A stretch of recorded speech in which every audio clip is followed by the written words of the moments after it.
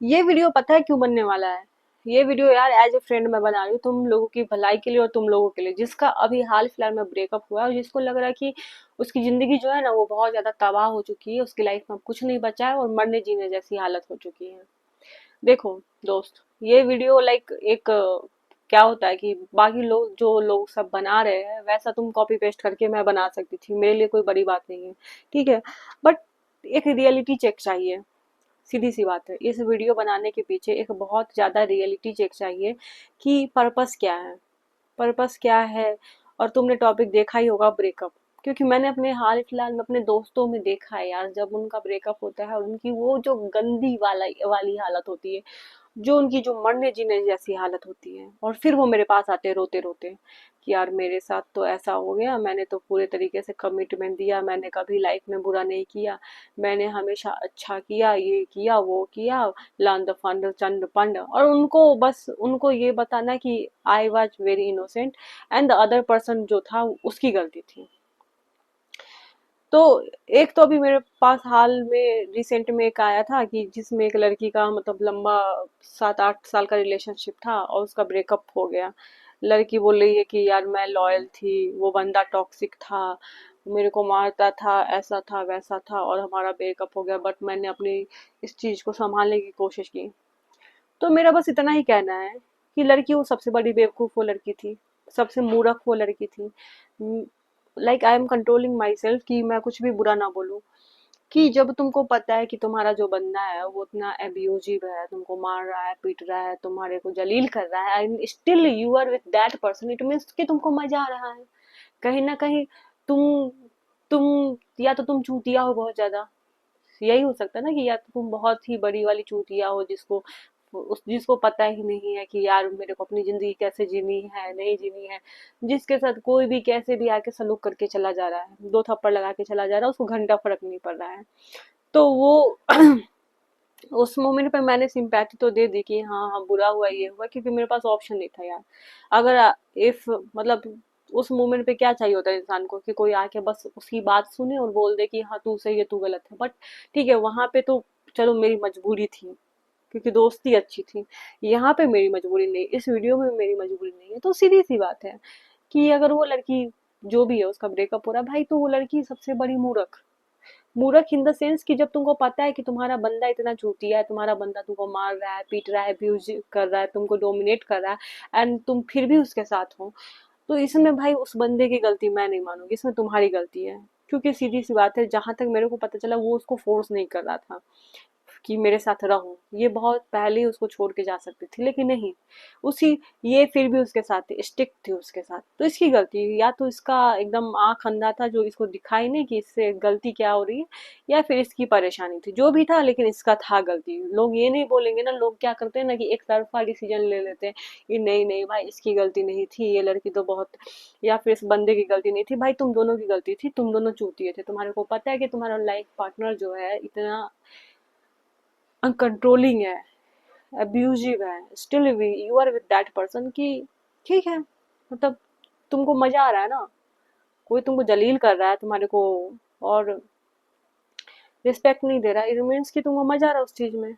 तो मैं तो ये नहीं बोलूंगी कि यार हाँ सामने वाले की गलती है, सिर्फ उसकी गलती नहीं है। और यही चीज हो रही है अभी हाल फिलहाल में देखा जाए। अभी तुम्हारे ब्रेकअप जो हो रहा है तो उसमें मेनली तुमने क्या एक पैटर्न मैंने नोटिस किया है कि या तो बहुत कम गुड लुकिंग जो लड़का है वो बहुत ही ज्यादा गुड लुकिंग लड़की को अप्रोच करेगा। ठीक है, बहुत बहुत मतलब आउट ऑफ लीग जाके उस लड़की को अप्रोच करेगा, और उसके बाद लड़का उससे एक्सपेक्टेशन रख रहा है कि ये मेरे लिए लॉयल होगी। लड़के को भी कहीं ना कहीं एक इनसिक्योरिटी है कि यार ये मेरे आउट ऑफ लीग से बहुत बाहर की लड़की है। लेकिन और लड़की क्यों है? लड़की का सेंस है कि चलो भाई थोड़ा सा मेरा, अब ये चीज बोलने में अच्छी नहीं लगेगी, बट लड़की को है कि चलो भाई थोड़ा बहुत टाइम पास हो जाएगा, इसके साथ कौन सा हमको कमिटमेंट देना है। लड़की कुछ भी कमिटमेंट के मूड में नहीं है भाई, वो टाइम पास के मूड में है, वो टोटली टाइम पास के मूड में है, उसके लाइफ में कमिटमेंट जैसी चीज अभी है ही नहीं, उसको सिर्फ टाइम पास करना है। वो कहे कि ठीक है भाई जब तक कुछ नहीं हो रहा है मैं इसके साथ टाइम पास कर लूंगी। उस तरीके से ये दोनों साथ में आए हैं। बस एक यही रीज़न था और कोई रीज़न नहीं है साथ में आने का। और इस केस में लड़के का ब्रेकअप हो गया मान लो, भाई तो वो लड़का चूतिया है। अच्छा लगे बुरा लगे सुनने में बहुत सारे लोगों को ये चीज़ चुभ सकती है, बुरा लग सकता है कि यार ये क्या बोल दिया इसने। हाँ, दिस इज़ द रियलिटी, ये यही सच है भाई। इसलिए तुम अपना एनर्जी, टाइम, ये सारी चीज़ें कहाँ पे दे रहे हो, किस पे दे रहे हो, एक बार इस चीज़ के बारे में सोचो। अंधाधुन एकदम पागलों की तरह नहीं हो जाना है कि प्यार में अंधा हो रह गए हैं। ठीक है, ब्रेकअप सबका होता है, लेकिन ब्रेकअप होने के पीछे ये तो देख लो कि क्या पता बहुत पहले से वो ब्रेकअप वाला सीन भी हो रहा हो, बहुत पहले से ये सारी चीज़ें हो कि वो तुम्हारा जो रिलेशन है वो वर्कआउट नहीं करेगा, लेकिन तुम फिर भी उसके पीछे पागल थे, तुमको लग रहा था कि यार हो जाएगा हो जाएगा, और तुम अपना टाइम वेस्ट कर रहे थे।